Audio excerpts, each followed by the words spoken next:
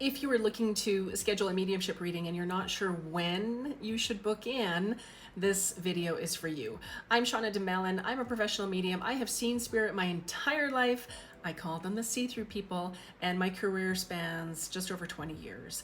So the best analogy that I have had from my spirit guides about when to book in is this. When we have had a loss, if that loss has been traumatic, perhaps we found our loved one, perhaps we were there in those last moments. If there was a traumatic loss, perhaps it's child loss. When we have had a traumatic loss and we are still deeply grieving and mourning, and maybe there's guilt and we're upset and we just can't think straight, our cup is already full. So our cup is full of heartache and sadness and grief and mourning, and maybe there's some guilt. Our cup is already full. This isn't the right time to book in. The right time to book in is when you are ready to start to shift and change things. You are ready for a new perspective.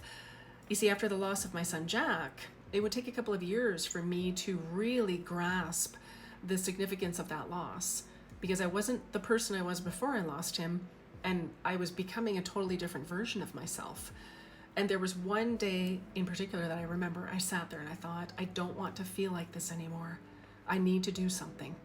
And it was at that point that I booked in with someone who could help me to start to navigate, who could help me to start living a life that I love again, to even start planting seeds to living that life. And at that point, I had room in my cup. So I had grieved, I had mourned, I had been heartbroken, brought to my knees. But I reached a point where my cup wasn't full of grief, it wasn't full of heartache anymore, that I had made space for my new life. You see, even though our loved ones no longer have their physical body, they are 100% alive in spirit. And if you are feeling stuck, please make sure that you're reaching out. Find someone who's a grief counselor or a therapist, or if it is a medium, or if you want to work energetically with someone, please make sure that you do find the right support. And remember, love never dies.